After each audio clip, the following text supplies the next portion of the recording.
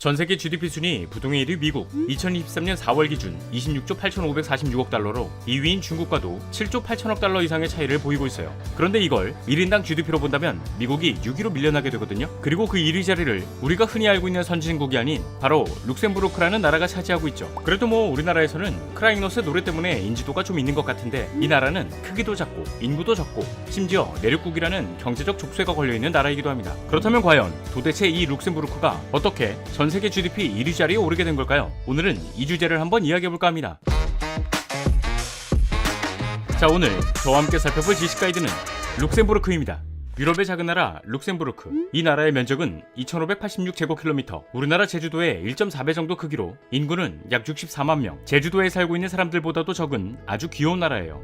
차를 타고 룩셈부르크를 횡단하는데 걸리는 시간이 2시간에서 3시간 남짓이라고 하니까 얼마나 작은 나라인지 실감이 좀 되는데, 이 룩셈부르크가 내륙국이거든요. 내륙국이라고 하면 바다를 접하지 못해 지리적으로 큰 문제가 작용할 수 있습니다. 먼저 바다는 모든 대륙을 연결하는 길이에요. 이로 인해 전세계 운송 시스템, 그러니까 해외에서 물건을 사고 파는 무역의 85%가 바다를 통해 움직이고 있어요. 선박 많이 느리죠? 평균 시속 40km밖에 안 돼요. 이에 반면 비행기는 평균 시속이 800km나 되죠. 하지만 물건을 다룰 수 있는 양은 비행기 250톤, 선박 40만 톤, 비교가 안 됩니다. 결국 국제무역의 대부분은 배를 통해서 이루어질 수밖에 없어요. 하지만 룩셈부르크는 바다를 끼고 있지 않아 육지 혹은 하늘을 통해서만 운송이 가능하죠. 이 말은즉 운송비용, 시간 등 경제적인 부분에서 손해를 보고 들어갈 수밖에 없다는 건데, 그렇다고 해서 탄탄한 내수 시장을 가지고 있느냐? 이것도 아니죠. 영토도 좁고 인구도 작다 보니 산업을 뒷받침할 수 있는 구조가 아니에요. 심지어 주변 국가들이 독일, 프랑스, 벨기에 등 강대국들 사이에 낑겨 있습니다. 이런 지리적 특징은 과거 외세로부터 침략받았을 가능성이 매우 높다는 거예요. 실제로 중세시대에는 룩셈부르크가 프랑크 왕국에 속해 있었고 19세기에는 나폴레옹에게 점령을 당했던 적도 있었죠. 그러나 제1차, 2차 세계대전이 끝나고 시간이 흐를수록 룩셈부르크는 지리적 단점이 지리적 이점으로 변화하기 시작했습니다. 먼저 유럽의 철광석 매장량의 상당수가 독일과 프랑스 국경을 사이에 두고 있어요. 그리고 이 사이에는 룩셈부르크가 있었죠. 그렇게 1970년대까지 철강 산업을 중심으로 먹고 살게 되는데, 여기서 문제는 룩셈부르크의 인구가 적다 보니 노동력이 받쳐주지 않습니다. 그래서 이 문제를 어떻게 해결했느냐?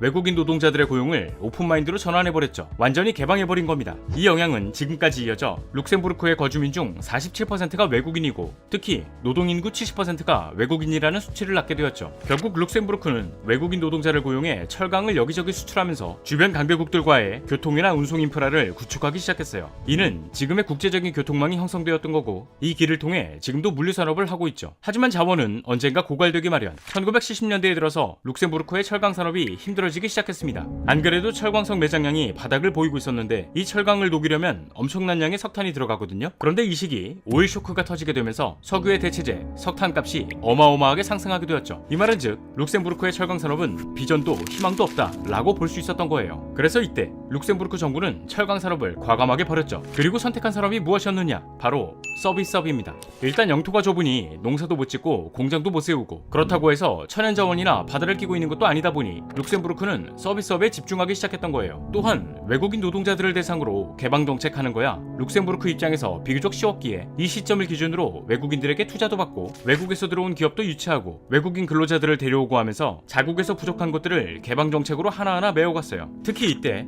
외국에서 기업들을 들여오기 위해 기업 친화적인 정책을 펼치기 시작했거든요. 가장 먼저 규제를 완화하고 세금을 낮춰주게 되면서 이 영향을 서비스업 중에서도 다름 아닌 금융업에 집중되도록 했습니다. 금융업은 번거롭게 왔다 갔다 하지 않아도 문서나 데이터로 거래가 가능하잖아요. 물론 이 과정에서 세금이나 수수료 같은 건 조금 떼일 수 있겠지만, 이때까지만 해도 내륙국이라는 지리적 특성상 금융업만큼 효율적인 게 없어요. 게다가 주변 국가들이 돈이 많아요. 독일, 프랑스만 보더라도 전세계 GDP 순위 4위, 7위니까요. 부유한 주변 국가 사이에서 금융 서비스에 대한 수요를 압도적으로 흡수할 수 있다? 그럼 룩셈부르크는 꽉 먹고 알 먹고 엄청난 성장을 할 수 있게 되는 거예요. 특히 서독과 동독이 통일한 이후 1993년 유럽연합이라는 세계 최대의 단일 시장이 등장하게 되면서 회원국들 간의 국경이 허물어지게 되고 마치 하나의 국가처럼 모든 것을 공유하게 되죠. 이 상황은 룩셈부르크 입장에서 어우 감사합니다 였어요.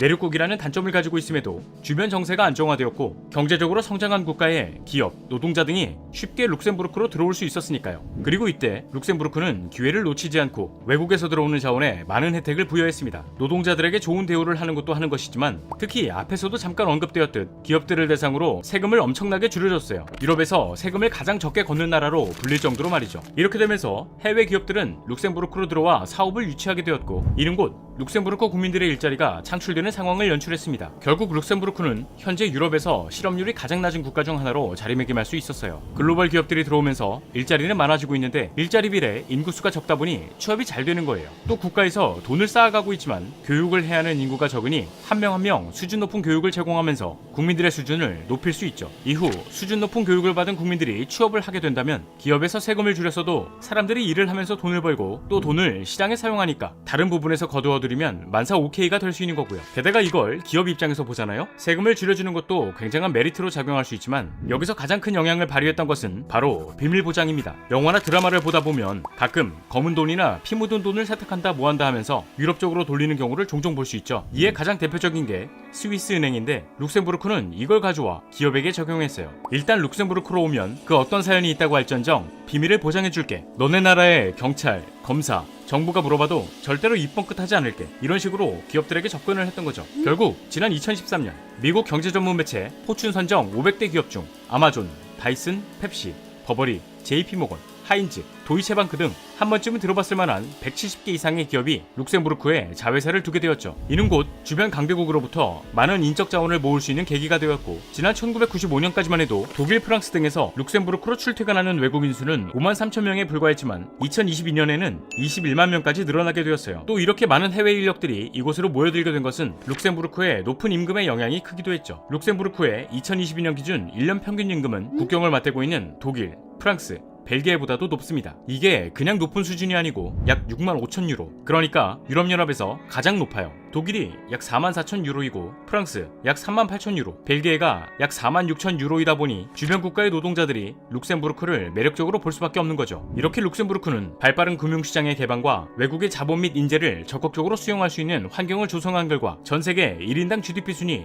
1위에 오르게 되었어요. 2022년을 기준으로 13만 2천 달러, 하나로 약 1억 7천만 원이죠. 이건 미국의 1.6배에 달하는 수준이고 우리나라와 비교했을 때는 약 4배의 차이가 나는 수치예요. 아무래도 매년 전 세계 GDP 순위에서 최상위권을 유지하다 보니 국민들이 정부에 대한 불만도 그렇게 크지 않은 모습이기도 하죠. 이 말은즉 국민들이 정부에 대한 신뢰도가 높다는 건데 실제로 세계은행에 따르면 정치적 안정성을 나타내는 지수에서 룩셈부르크가 항상 높은 순위를 기록하고 있기도 합니다. 그만큼 정부에서는 지금에 안주하지 않고 계속해서 혁신해 나가는 모습을 보여주고 있다는 거죠. 하지만 전 세계 GDP 순위 1위인 룩셈부르크에는 이들만이 가진 특징으로 인해 발생할 수 있는 문제점들이 지적되고 있어요. 생산 규모에 비해 인구가 턱없이 부족해 많은 외국인을 받아들여야만 생산 활동을 이어갈 수 있고 제한적인 산업 구조로 인해 계속해서 무언가를 해야만 해요. 실제로 지난 2008년 금융위기 이후 1인당 GDP가 정체되는 상황을 보이기도 했고 룩셈부르크에 직접적인 투자를 하기보단 비밀이 보장된다는 금융산업의 특징을 이용해서 조세 회피 목적으로 흘러들어온 금액이 상당 부분 차지하고 있다고 하니까요. 이로 인해 룩셈부르크 정부는 최근 지구에서는 작은 나라였을지언정 우주에서는 막대한 영향을 미칠 수 있도록 첨단 우주 산업에 대한 꾸준한 관심과 투자를 아끼지 않고 있다고 해요. 이런 정부의 부지런한 움직임이 앞으로 룩셈부르크에 어떤 영향을 줄지 지켜봐야 할 것 같네요. 자, 오늘의 영상은 여기까지입니다. 다음에 또 다른 안내소로 찾아뵙도록 하겠습니다. 지금까지 지식가이드였습니다. 감사합니다.